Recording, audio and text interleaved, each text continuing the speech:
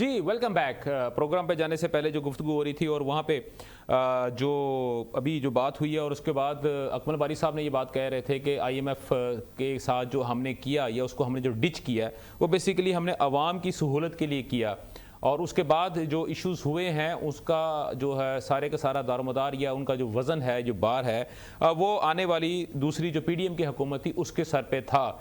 तो इसका मतलब ये है कि अगर हमारी जानब से, अगर उनकी जानब से भी अगर कोई गलती भी हुई है तो वो उसका खुमियाजा जो है वो हमारी दूसरी हुकूमतें या हमारी आवाम को भुगतना चाहिए और भुगतना ही चाहिए।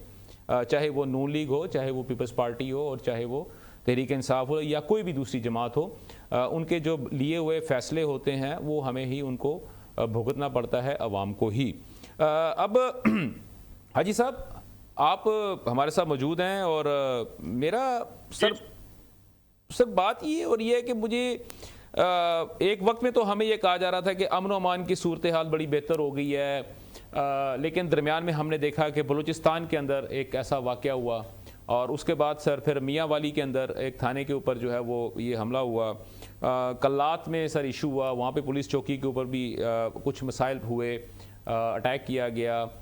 फिर उसके बाद उन खवारिज को नॉक डाउन करने के लिए एक बाकायदा दोबारा एक ऑपरेशन को जारी किया गया। एक जानब तो हमारे ये है, दूसरी जानब अगर हम देखते हैं तो जो हमारे ये तीन सूबों की बलूचिस्तान, सिंध और पंजाब की जो सरहद जहाँ पे आगे मिलती है, जहाँ पे कच्चे का इलाका जिसको हम कहते हैं, दरिया सिंध के बॉर्डर के ऊपर, दरिया सिंध के साथ साथ जो है वहाँ पे जो है वो एक अजीब ही खिचड़ी जो है वो पकी हुई है। वहाँ पे जो डाकू हैं, जो कच्चे के डाकू कहलाते हैं, बल्कि दूसरी जमातें जो हैं वो आप लोगों को, आपको, पीपल्स पार्टी को या बाकी जमातों को, जो उनको कच्चे के नहीं बल्कि उनको पक्के के डाकू कहती हैं कि जी ये पक्के के डाकू हैं, कच्चे के डाकुओं को हम बाद में निपटेंगे।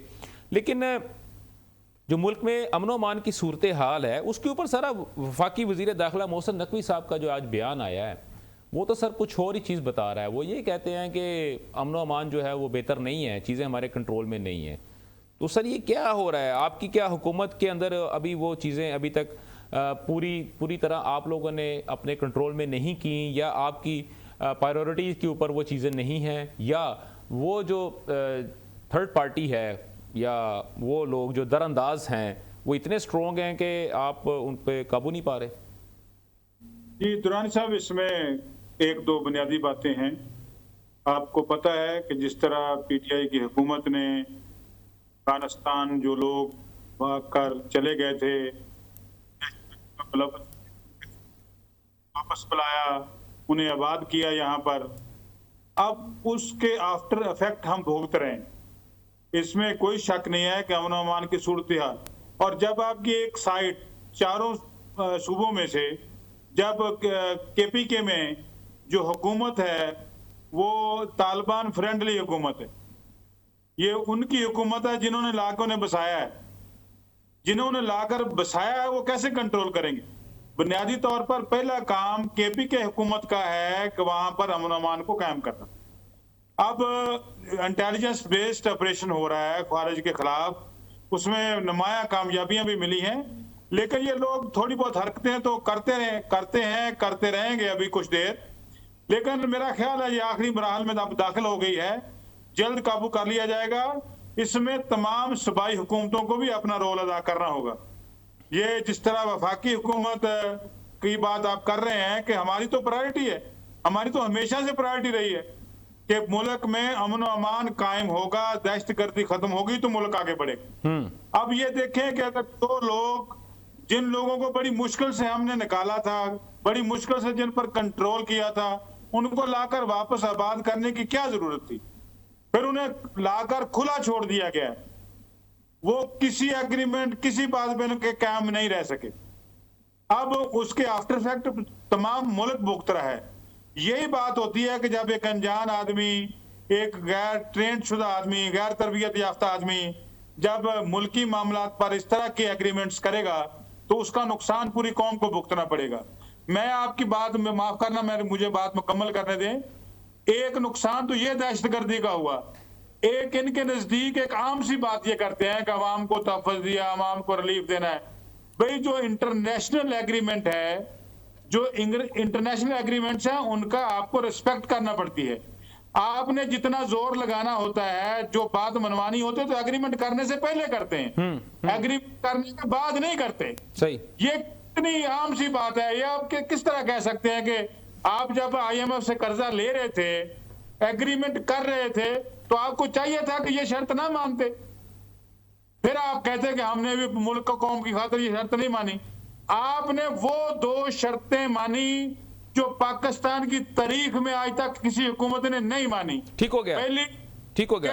हाजी साहब मैं रिस्पॉन्ड ले लेता हूँ ना, मैं बारी हाजी साहब बारी साहब का रिस्पॉन्ड ले लेते हैं इसके ऊपर। एक मिनट में बात मुकाबला लूं। गवर्नर स्टेट बैंक को हटाती थी, ठीक है ना, ये एग्रीमेंट PDP की हुकूमत ने किए, फिर इन्होंने वायलेट भी खुद किए। ठीक है। फिर आपने सुना कि शेख रशीद ने कहा कि हमने बारूदी सुरंगें बिछा दी हैं।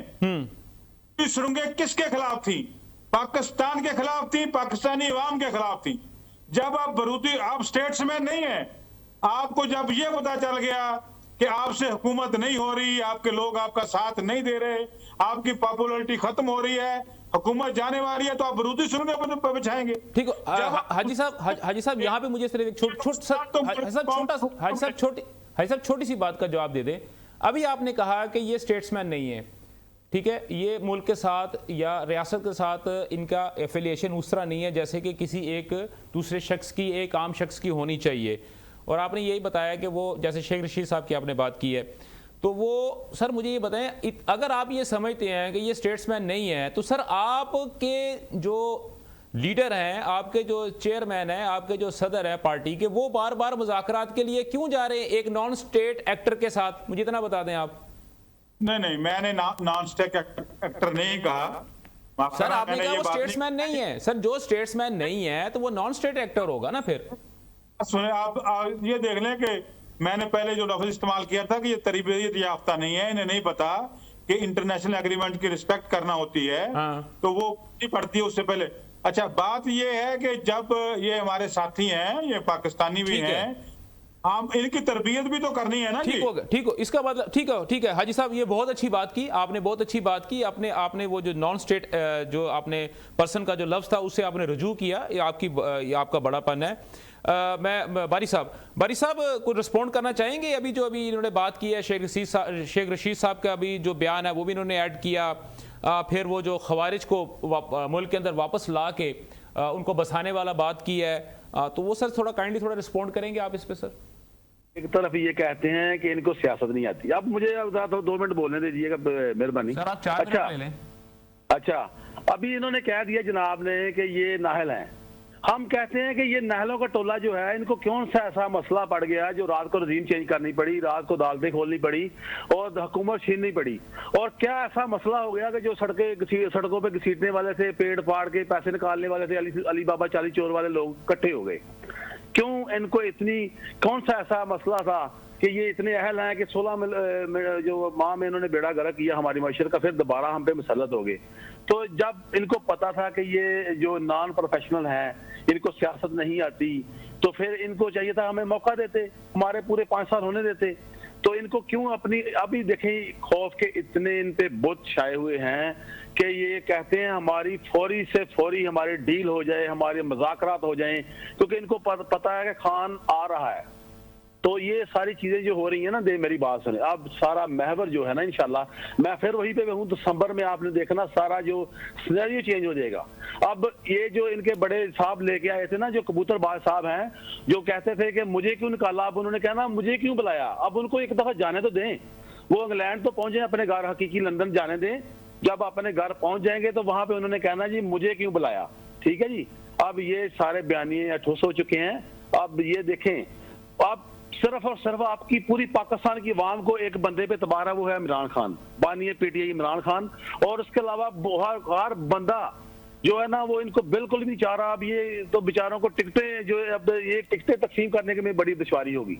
तो ये सारी चीजें जो है ना, बदलता पाकिस्तान है, बोलता पाकिस्तान है। अब वो पिछली 90 वाला पाकिस्तान नहीं है कि आगे और चले गए, मायदे किए और मसाके जमहूरियत बन गया। ये सारे अब शऊर बहुत है दुरानी साहब, अवाम में शऊर बहुत आ चुका है। मसला ये है। आप देखें ना, कभी फाइबर वाल लगा रहे हैं, कभी मीडिया को स्लो कर रहे हैं, सोशल मीडिया को स्लो किया जा रहा है, कभी ट्विटर पे ब्लॉग लगाए जा रहे हैं। तो ये सारी चीजों के बावजूद इमरान खान जीत रहा है। सर आपके 2 ये मिनट तो हो आप गए सर, 2 मिनट हो गए हैं, गुस्ताखी माफ। मैं सर कुछ पॉइंट जी। ऐड कर सकता हूँ हाँ। सर? जी जी सर आपने अभी बात की है कि शऊर आ गया है। सर मुझे काइंडली बताएंगे कि शऊर है क्या? शऊर ये है कि 827 निशान थे, 827 सिंबल थे दुरानी साहब। नहीं, लोगों ने ढूंढ के लोग वोट लगाए हैं। सर ये शऊर नहीं है सर, ये शऊर ये शऊर ही है सर। सर ये एफिलिएशन है। ठीक है, आपने शऊर की बात की कि अवाम को, कौम को शऊर आ गया है। सर मुझे स्पेसिफिक शऊर के बारे में अगर आप बता दें तो फिर मैं आगे, क्वेश्चन एक और है सर, फिर वो मैं आप पे थ्रो करता हूं सर। बंदा बैठा हुआ है जो 72 साल नौजवान बैठा हुआ जेल में, उसने इस वाम के अंदर इतनी पोटेंशियल एनर्जी भर दी है कि इनसे पूछेगी, हर बंदा हर जगह पूछेगा, सवाल करेगी वाम, ठीक, जवाब देना मुश्किल होगा। सवाल सर, आप ये समझते हैं कि सवाल करना शऊर की निशानी है? तो सर मेरा बिल्कुल शऊर की निशानी है। ठीक, डन हो। आप शऊर रखते हैं तो पूछिए ना। सर एक मिनट सर, अगर बुरा ना बनाए तो सर मैं भी एक तालिब इल्म हूँ सर, आप जैसे जी, जो जी, सीनियर जो लीडरान है, सियासी लीडरान है, और उनके साथ उठता बैठता हूँ सर, आप सीखने की कोशिश करता हूँ जी सर। हाँ। सर मैं भी सीखने की कोशिश करता हूँ सर। शऊर जो है, जो अब तक मैंने पढ़ा है, मैंने समझा है, उस्तादों से जो मुझे बात समझ आई है, शऊर का मतलब ये है कि किसी भी पसंदीदा शख्स से जो सवाल किया जाएगा वो शऊर कहलाता है। क्योंकि अपने नापसंदीदा शख्स से तो आप हमेशा ही सवाल कर रहे हैं। नापसंदीदा शख्स से तो तारीख जब से शुरू हुई है, इंसानी तारीख शुरू हुई है, आप हमेशा उसी से सवाल करते हैं। पसंदीदा शख्स से सवाल करना शऊर कहलाता है। अच्छा, अब आगे चलते हैं सर, आगे चलते हैं, आगे लेके चलते हैं सर। सवाल आपसे कुछ और पूछा गया था, मैंने आपसे ये पूछा था कि हाजी साहब ने आपको ये बारे में कहा गया है कि आप लोगों ने वो 4000 से जायद 2 दहशतगर्द अफगानिस्तान फरार हो गए थे, ये वहाँ से पाकिस्तान से भाग गए थे, उनको वापस ला के सेटल किया, जिसकी वजह से मुल्क की अमन और अमान की सूरत हाल एक दफ़ा फिर स्टेक पर आ गई। तो वो मैंने सर आपसे सवाल पूछा था, आप उसका जवाब जो है वो कुछ और दे रहे थे मुझे। सर काइंडली उस सवाल का मुझे बराबर जवाब दीजिएगा सर। ये सारी चीजें, अच्छा अब ये जो चीजें हैं ना, ये बहुत पुरानी हो चुकी हैं। इल्जामबाजी, ये कर दिया उसने, फलां कर दिया। इल्जाम तो नहीं है सर, ये इल्जाम नहीं है सर।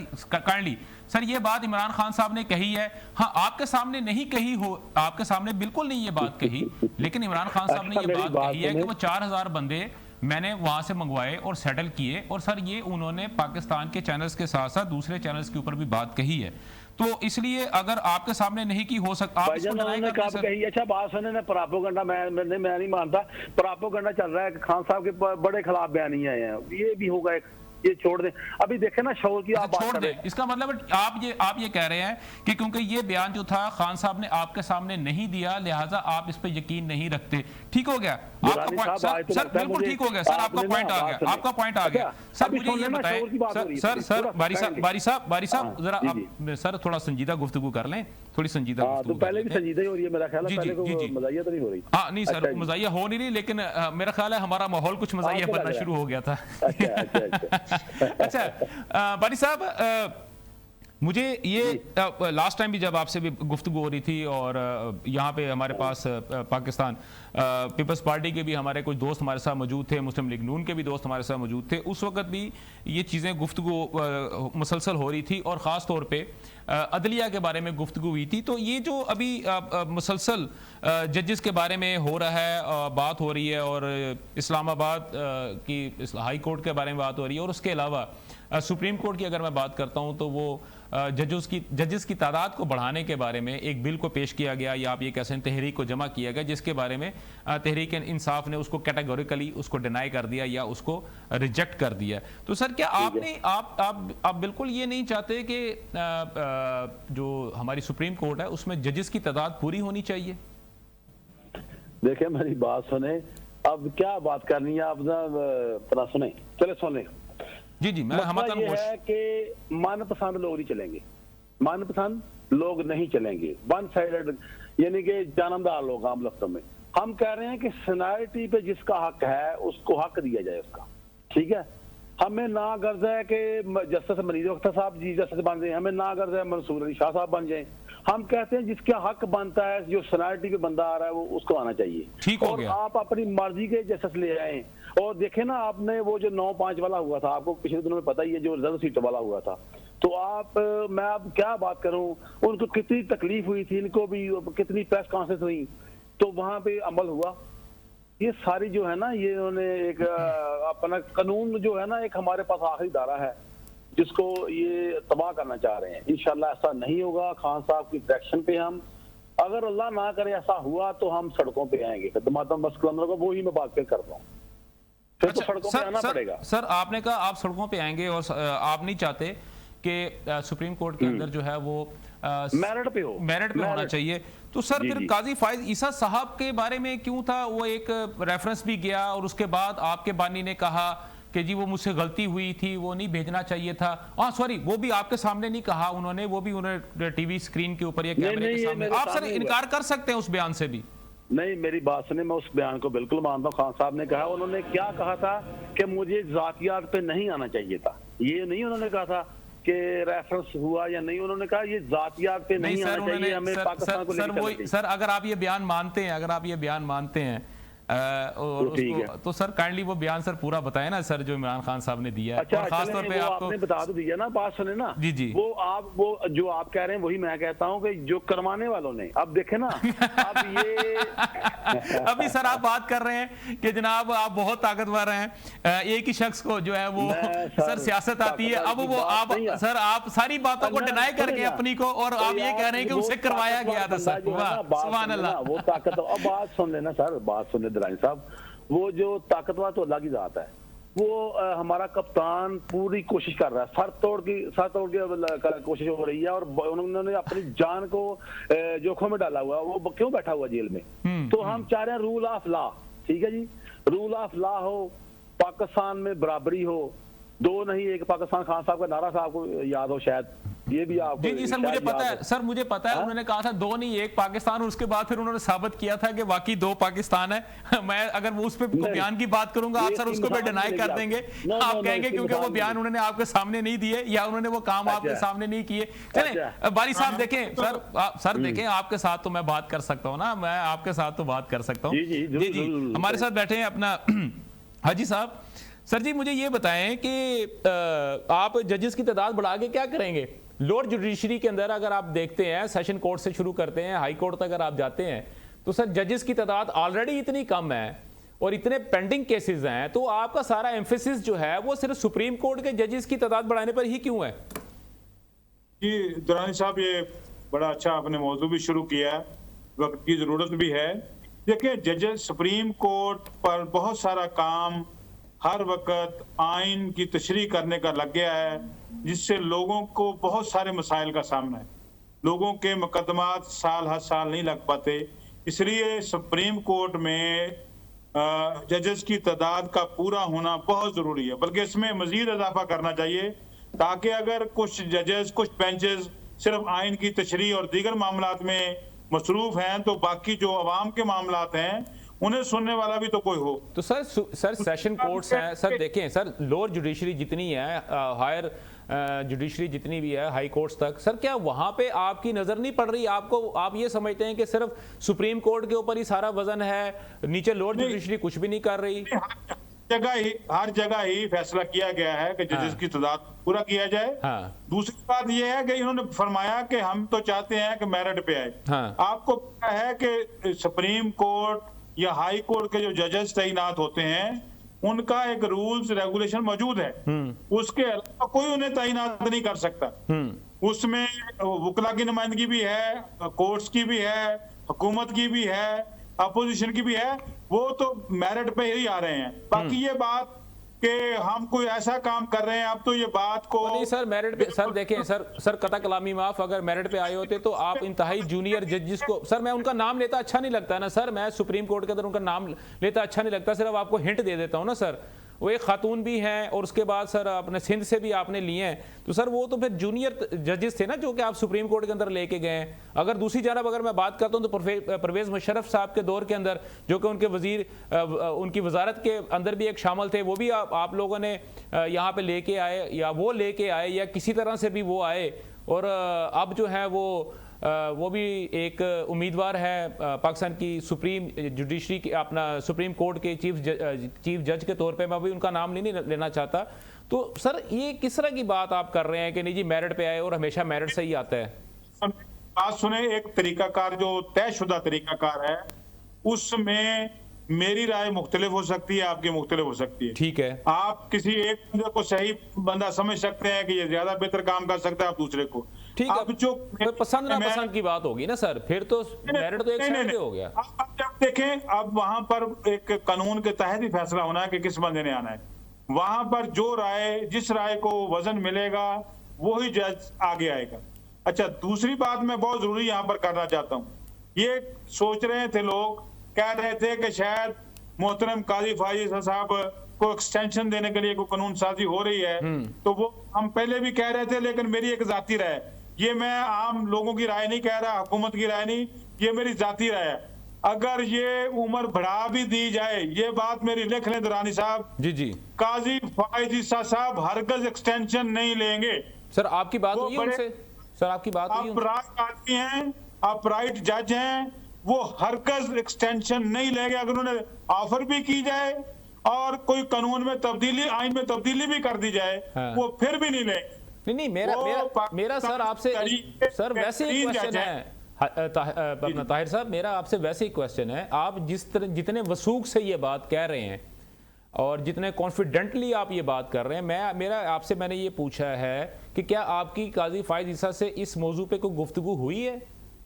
जी, मेरी गुफ्तगू नहीं। देखें, हर चीज, हर बंदे का एक पस मंजर होता है, ठीक है, हर बंदे का एक कैरियर होता है, ठीक है। हर बंदे, जजेस जो हैं वो खुद कम बोलते हैं, उनके फैसले ज्यादा बोलते हैं। हाँ, वो हम उन्हें फॉलो कर रहे हैं हाई कोर्ट से लेकर अब तक। ही इज अपराइट जज, वन ऑफ द बेस्ट जज इन द पाकिस्तान हिस्ट्री। ठीक है सर, आपके लिए बिल्कुल ठीक हो गया, आपका पॉइंट आ गया। अकमल बारी साहब, सर आपने ये बात सुनी, क्योंकि वो अभी जो नून लीग के जो रिप्रेजेंटेटिव हैं वो ये बात कर रहे हैं कि अगर हम जजेस की तादाद बढ़ा लेते हैं, और आप जिस तरह आप ये कह रहे हैं कि वो मेरिट के ऊपर बंदे आने चाहिए, ठीक है सर, मैंने भी अपने कुछ कंसर्न्स जो थे वो मैंने शो किए, मैंने भी, आपने भी मेरी भी बात सुनी है। तो अगर ये जजेस की तादाद बढ़ जाती है और वो मेरिट के ऊपर ही वो आते हैं, तो सर तब तो आपको किसी किस्म का कोई इशू तो नहीं होना चाहिए ना? तब तो आपको और अपना मुस्लिम लीग नून को एक पेज के ऊपर होना चाहिए। हाँ सुने जरा, ये जो है ना जुडिशरी हमारी रह गई है, सिर्फ एक ही इदारा बचा है, तो ये उसको भी फैमिली बनाना चाह रहे हैं। अभी सुनने ना सर, बंदयाल साहब का भी आपने बात करनी थी, उससे पिछले भी 2-3 की बात कर देता हूँ सर। मैं इस्लामाबाद हाई कोर्ट के भी की बात कर देता हूँ सर। फैमिली तो नहीं है ना सर? हाँ, ये फैमिली बनाना चाह रहे हैं, आप तो फैमिली नहीं बनाना चाहते ना सर? सुने, अब ये जो साहब है ना, नंबर गेम कम है वहाँ पे। क्या है? नंबर गेम कम है। मसला ये है, अब इनको वो सुप्रीम कोर्ट की क्यों फिक्र पड़ी? आपने खुद ही तो बता रही है। हाई कोर्ट में भी देख लें, नीचे सेशन कोर्ट में भी देख लें, ये सारी चीजें, ये तो सारा हर जगह पे मसले मसाइल हैं। बारी साहब इस वक्त सुप्रीम कोर्ट में जजेस की तादाद कितनी है सर? ये मुझे एग्जैक्ट नहीं याद नहीं है। अच्छा, दूसरा, आपके ख्याल में कितने जजेस हैं जिसमें इनके नंबर कम हैं उनमें से? यानी कि मींस के फर्ज करें अगर वो 15 हैं जज हैं, तो 15 जजेस में से आपके हम ख्याल कितने और इनके हम ख्याल कितने? सर ना हमारे हम ख्याल होने चाहिए, फिर आप किस तरह कह सकते हैं कि इनके नंबर गेम कम है? सर देखिए ना, अगर आपने इल्जाम लगाया है, बारी साहब आपने बात की है, तो सर काइंडली थोड़ा सा उसको इलैबोरेट भी तो कर देना। आपने कहा कि सुप्रीम कोर्ट में इनकी नंबर गेम कम है। ये बात सुने ना, ये इनकी बातें सारी। अच्छा, ये जो बारी साहब नहीं, बारी साहब नहीं, थोड़ी मेहरबानी। अभी सुने, अभी देखे ना 9-5 का मुकाबला चला पिछले दिनों में, आपको पता ही होगा यार। डन हो गया। इसका मतलब ये हुआ कि 9 आपके हैं, 5 उनके हैं, बात खत्म होगी सर। हमारे नहीं है भाईजान, वो अल्लाह के हैं जो मेरिट पे चलते हैं, जिनके जमीन अब तक जिंदा है, जो पाकिस्तानी है, खालिस पाकिस्तानी जिंदा है। जी बिल्कुल सर, जो खालिस पाकिस्तानी है सर वही आपके साथ है, जो मलाइंड है, जो करप्ट है, जो यानी कि जो अंदर से तो थोड़ा सा भी करप्ट है, वो सर नून लीग के साथ है या पीपल्स पार्टी के साथ है। सर ये आपका ये पॉइंट बहुत अच्छा है बारी साहब, मुझे वाकई मजा आया कि हर वो शख्स। जी मैं एक बात करना चाहता हूँ कि ये ना जी आम सी गुफ्तगू में नहीं होनी चाहिए। देखें, इनका काम है कि हर अदारे को कंट्रोवर्शियल करना। आपको याद होगा कि मोहतरम बानी पीटीआई साहब ने एक दफा कहा, जब चीफ ऑफ आर्मी स्टाफ का लगने का टाइम आया, कि वो उसको लगना चाहिए जो मुहिबे वतन है। चले छोड़ें यानी सर छोड़ दें वो हाजी साहब कुछ चीजें ऐसी होती हैं उनको किसी और प्रोग्राम के लिए भी रख लेने दिए कि सारी चीजें अगर हम एक ही प्रोग्राम में डिस्कस कर लेंगे तो मजा नहीं आता ना। हाजी साहब आपका पॉइंट आ गया, हाजी साहब आपका पॉइंट आ गया, बारी साहब आपका भी पॉइंट आ गया। मेरे पास कुछ वक्त की किल्लत है और हालांकि अगरचे के गुफ्तगू जो थी नाजरीन आपने देखा कि बहुत अच्छी और बहुत मज़ेदार किस्म की गुफ्तगू हो रही थी, लेकिन क्योंकि वक्त की कमी आड़े आ गई है तो मुझे जो है मेरी प्रोडक्शन टीम जो है वो बार बार ये कह रही है कि जनाब अब आप वाइंड अप पे आएँ, कुछ चीज़ें जो हैं अब तो मेरा ख्याल है कि गुफ्तगू आपने सबने सुनी। बात तो वही है कि मुल्क में अमन व अमान की सूरत हाल बेहतर नहीं है। ये कैसे बेहतर हो सकती है, इसको हमें हमारे अदारों को इसके ऊपर देखना पड़ेगा, हमारी अदलिया को देखना पड़ेगा। काजी फायद ईसा साहब को एक्सटेंशन मिलती है या नहीं मिलती, इससे हमारा कोई लेना देना नहीं होना चाहिए। सुप्रीम कोर्ट के अंदर 23 जजेस की अगर आप बढ़ाते हैं या 28 को बढ़ाते हैं, 28 लेके आते हैं या 35 लेके आते हैं, या आप काजी फायद ईसा साहब को 3 साल और आगे आप लेके चलते हैं, ये भी एक हमारा इशू नहीं होना चाहिए। हमारा सबसे बड़ा इशू ये है और जो होना भी चाहिए, हमारा कंसर्न होना चाहिए, वो ये है कि अवाम को सस्ती रोटी मिलनी चाहिए, अवाम को खाने पीने की जो अशिया है वो सस्ती मिलनी चाहिए। इसके अलावा बिजली के बिल कम होने चाहिए। हमारी कौम को जो है वो तमाम तबई और तालीमी सहूलियात मैसर होनी चाहिए जिनका के उनका हक है। तो हमें इन चीज़ों को देखना चाहिए। बाकी जो आपने पूरी गुफ्तगू सुनी, इससे जो भी नतीजा आप अखज़ कर सकते हैं वो डेफिनेटली आप ही करेंगे। इस मेरे प्रोग्राम में शरीक जितने भी जो अरकान थे, जो मेरे मेहमान थे, उनकी एक अपनी ज़ाती राय है। उन्होंने जो गुफ्तगू की आप उसको देखें, उस पर आप बात कर सकते हैं, डिबेट कर सकते हैं। अब मेरे प्रोग्राम का वक्त ख़त्म हो चुका है। कल तक के लिए इजाज़त दीजिए, आपसे दोबारा फिर मुलाकात होगी। तब तक पाकिस्तान पाइंदाबाद।